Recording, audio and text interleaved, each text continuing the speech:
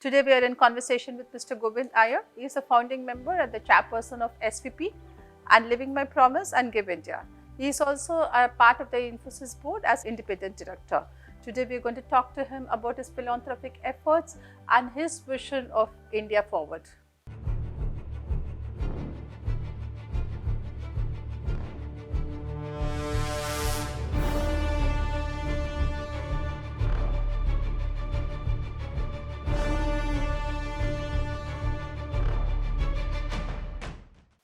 Hello, Mr. Iyer. How are you doing? I'm good. Thank you, Lavanya. Thanks for this opportunity. So, we went through your profile and it's all filled with philanthropy. So, can you talk about your efforts and what is SVP all about? So, Lavanya, I think about 10 years ago, I decided that in the last 10 years of hopefully my working life, I wanted to do more in philanthropy and for the country. SVP was the first thing that I embarked on 10 years ago, where Social Venture Partners is an organization started in the US. We brought it to India with the purpose of getting individuals like you and me and our viewers engaged in philanthropy. So while they may contribute a little bit of money, they contribute a lot of their time. That was the philanthropic platform under which SVP started many years ago. From our earlier conversation, I can understand that SVP includes also the time, not only the money. And how do you think that you can go about it? Because that's a more precious commodity than That's money right. in a That's sense, right. right? SVP doesn't have just HNIs, it has every kind of person from every planet, every phase of the industry.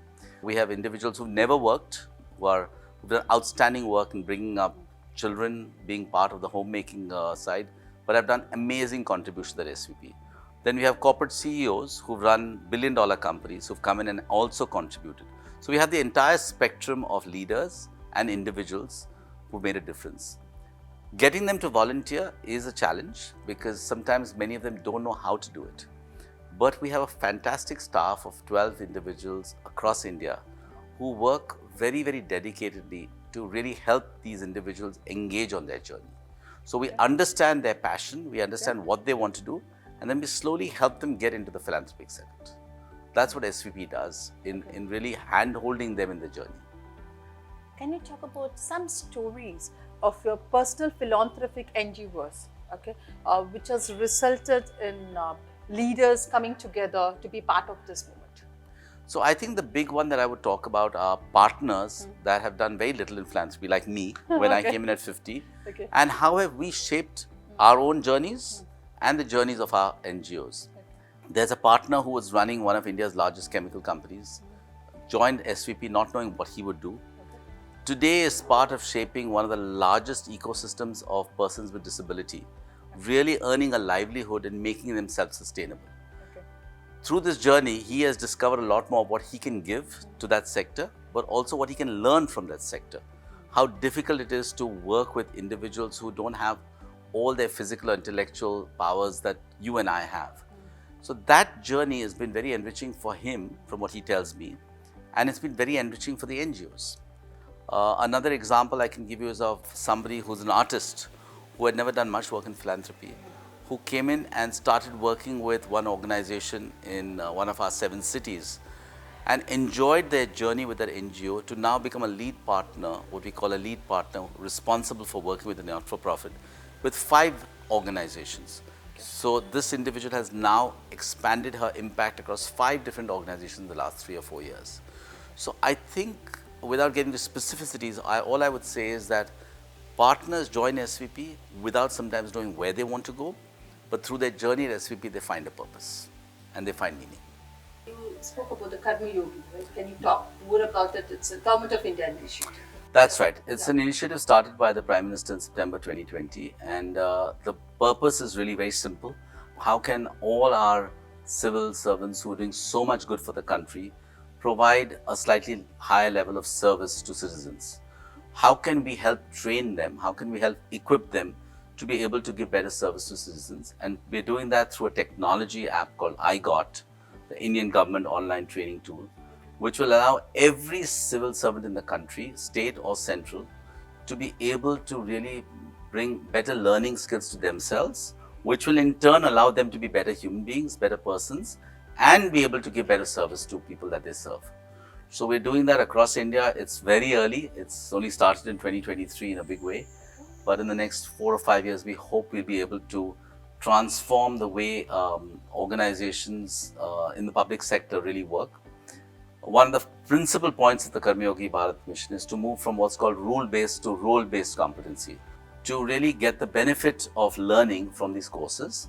And then there's certification, Lavanya. After they're certified as having learned and understood. And then there's proctored assessment, which is assessment to allow us to see how they've imbibed that course and how are they going to use it going forward. So it's a very thought through model that the Capacity Building Commission, CBC, and the KARMYOGI Bharat are together working together to make happen. And is this exclusive only for IAS? At the moment, it's only for all civil servants, not IAS officers only. It could be the postman, it could be the police department, the post department, the railways department, every department. So any civil servant in the country. So you spoke about your courses. So let's talk about something which is more nearer to heart. The Project Mumbai course. Oh, Please. that's a very Mumbai, exciting. City of dreams. Yeah, You know, yeah. Singapore was one of the dreams, probably an utopia. We have no idea about it. It's we are looking at crumbling infrastructure now, but mammoth growth. So if you can talk about what this project is all about and what do you need from Mumbaikas? Great question. I was privileged to be part of the advisory group of Project Mumbai in the last couple of months.